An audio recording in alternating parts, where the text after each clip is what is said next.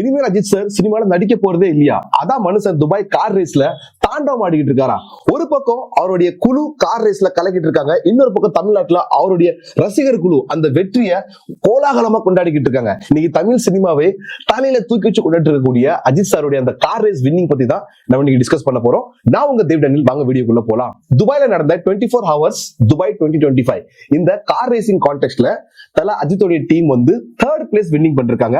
அதுலயும் அந்த வின்னிங் மொமெண்ட்ல அஜித் சாருடைய அந்த பூரிப்பை பார்க்கணுமே, கொஞ்சம் கூட அந்த பிளேஸ பத்தின கவலையா அவருக்கு கிடையாது. நம்ம வின் பண்ணிட்டோம். குறிப்பா அந்த இந்தியா கூடிய ஒரு குழந்தை மாதிரி கொண்டு வந்து அந்த அவர் ஆட்டின அந்த விதமா இருக்கட்டும், அது சொல்ல வார்த்தையே இல்லைங்க. ஆல்ரெடி அவர் சினி ஃபீல்டுல 100 கோடிகளுக்கு மேல சம்பளம் வாங்கக்கூடிய ஒரு ஆக்டர், ஒரு சக்சஸ்ஃபுல் நடிகர். ஆனா இதுல எல்லாம் இல்லாத சந்தோஷம் எனக்கு இந்த வின்னிங்ல தான் இருக்கிற மாதிரி அவருடைய எக்ஸ்பிரஷன் இருந்துச்சுங்க.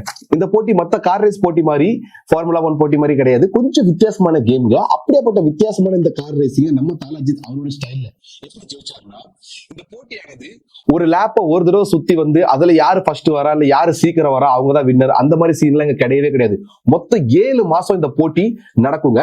இப்ப நடந்திருக்கக்கூடிய இந்த 3 நாளைக்கான போட்டி கூட ஒரு குவாலிஃபயர் போட்டி தான். இதுக்கு அடுத்து ஒரு ஈவெண்ட் நடக்கும், அதுக்கடுத்து இது அப்படியே தொடர்ந்து நடந்துகிட்டே இருக்கும். கொஞ்சம் குழப்பமா இருக்குல்ல? எனக்கும் அப்படிதான் இருந்தது. முதல்ல இதுக்கு நம்ம இந்த போட்டிக்கான பேசிக்ஸ் புரிஞ்சுக்க வேண்டியது ரொம்ப அவசியங்க. மொத்தமா 20 அணி இந்த ரேஸ் தொடர்ல கலந்துக்குவாங்க. சேம் ஆஸ் லைக் ஐபிஎல் மாதிரி தான். ஒவ்வொரு டீமுமே ஒரே காரை தான் ஓட்டணும், அதாவது ஒரே மாடல். அந்த கார் மாடல் பேர் கூட ஃபோர்ஸ் 911 GT3 அப்படின்ற காரு. பட் அந்தந்த அணிக்கு பிரத்யேகமா தனித்தனி காரு இருக்கும். போட்டியின் நடுவுல எந்த காராவது ரிப்பேரோ இல்ல டேமேஜோ ஆனா அந்த அணி டிஸ்குவாலிஃபை செய்யப்படுவாங்க. சரி, எப்படி உள்ள பாயிண்ட்ஸ் அடிப்படையில தேர்வு செய்யறாங்க அப்படின்றத பார்க்கலாம் வாங்க. 24 ஹவர்ஸ் ஒரு டீம் வந்து இந்த காரை கண்டினியூவா ஓட்டணும். அதுலயும் மேக்சிமம் 60 to 70% அந்த டீமுடைய கேப்டன் தான் அந்த காரை டிரைவ் பண்ணணும். பேலன்ஸ் உள்ள 40 to 30% அந்த டீம் மெம்பர்ஸ் டிரைவ் பண்ணலாம். அப்படி பார்த்தா அஜித் சார் டீம் பொறுத்த வரைக்கும் அவர் தான் கேப்டன். சோ ஆப்வியஸ்லி அவரு தான் மேக்ஸிமம் பெர்சன்டேஜ் டிரைவ் பண்ணிருப்பாருங்க. அந்த 24 மணி நேரத்துல இவங்க எத்தனை லேப்பை கம்ப்ளீட் பண்றாங்க, அந்த ஒவ்வொரு லேப் இன்டூ 0.7 இந்த கால்குலேஷன் பண்ணாதான், இந்த கால்குலேஷன் அடிப்படையில இவங்களுக்கு வந்து பாயிண்ட் ஆனது கிடைக்க போகுது. இதுல பிளஸ் பாயிண்ட் மட்டும் கிடையாது, மைனஸ் பாயிண்ட்ஸும் இருக்கு. அதாவது ஃபிட் பாயிண்ட்ஸ், ஃபிட் ஸ்டாப்னு சொல்லக்கூடிய இந்த ரேஸ் நடந்துகிட்டு இருக்கும்போது இடையில கார் பஞ்சர் ஆனாலோ இல்ல ரிப்பேர் ஆனாலோ இந்த மாதிரி வேலைகள் செய்யும் போது அதுக்கான ஒதுக்கப்பட்ட டைம் வந்து 60 செகண்ட் தான். அந்த 60 செகண்ட்குள்ள அவங்க அந்த வேலையை முடிச்சிடணும். ஒவ்வொரு செகண்ட்ஸுமே மைனஸ்ல கால்குலேட் ஆகும். சோ இப்படி இந்த பாயிண்ட்ஸ் அடிப்படையா கொண்டுதான் இந்த போட்டியானது வரப்போற 7 மாசம் நடக்க போது. 7 டிஃபரெண்ட் கண்ட்ரீஸ்ல இது வந்து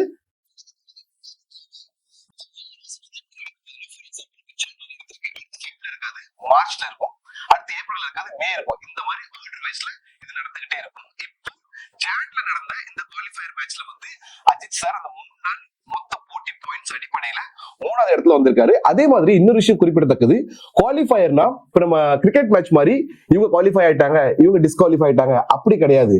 எல்லாருக்குமே அடுத்த வென்யூலயும் ஆட வாய்ப்பு கிடைக்கும். ஆனா அவங்களுக்கான இடம் வந்து அந்த பாயிண்ட்ஸ் அடிப்படையில ஃபர்ஸ்ட், செகண்ட், தேர்ட் அப்படி இருக்குங்க. ஓவராலா இதன் அடிப்படையில தான் மொத்தமான இந்த 7 மாச போட்டி காலத்துல எந்த அணி அதிக பாயிண்ட்ஸ் சேகரிச்சிருக்காங்களோ அவங்களதான் வின்னரா அனௌன்ஸ் பண்ணுவாங்க. சோ மக்களே, ஆஸ் யூஷுவல் நம்ம வீடியோட எண்ட் கன்க்ளூஷனுக்கு வந்துட்டோம். இது வரைக்கும் நம்ம பார்த்த விஷயம் என்னன்னா, இந்த ரேஸ்க்கான பேசிக் ரூல்ஸ் அண்ட் ரெகுலேஷன்ஸ், அதன் அடிப்படையில அஜித் சார் எப்படி இந்த 3rd பிளேஸ்க்கு வந்தாரு அப்படின்றத நம்ம கிளியர் கட்டா பார்த்துட்டோம்.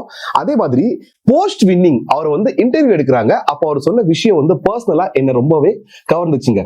இன்டர்வியூ எடுக்கிறவர் என்ன கேட்கிறாருன்னா, நீங்க சினி ஃபீல்டுல இருக்கிறீங்க, அட் த சேம் டைம் நீங்க ரேசிங்லயும் கலந்துக்கிறீங்க. அப்போ உங்க சினி ஃபீல்டுல ப்ரொடக்ஷன் தரப்புல இருந்து உங்களுக்கு ஏதாவது அழுத்தம் கொடுக்கப்படுதா, நீங்க நேரத்தை ஒழுங்கா ஒதுக்க மாட்டீங்க அப்படின்னு.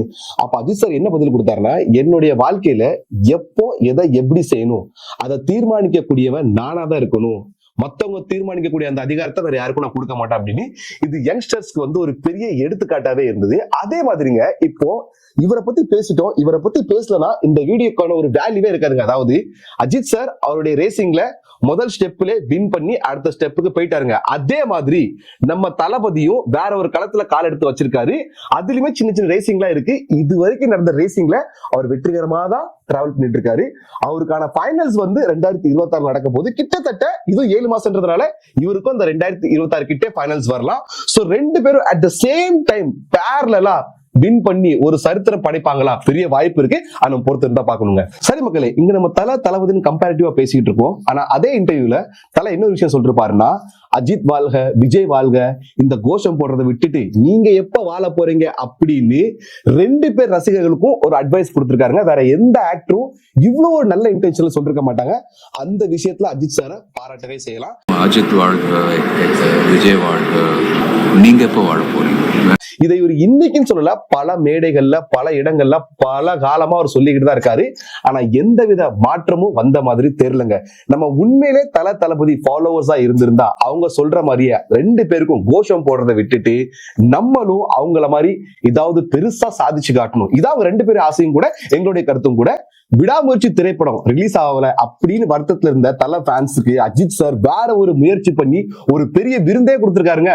வீடியோ பார்த்ததுக்கு அப்புறம் உங்களுடைய கருத்துன்றதை கமெண்ட் பாக்ஸ்ல மறக்காம மென்ஷன் பண்றீங்க. சேனலை சப்ஸ்கிரைப் பண்றீங்க, ஃபாலோ பண்ணிருங்க.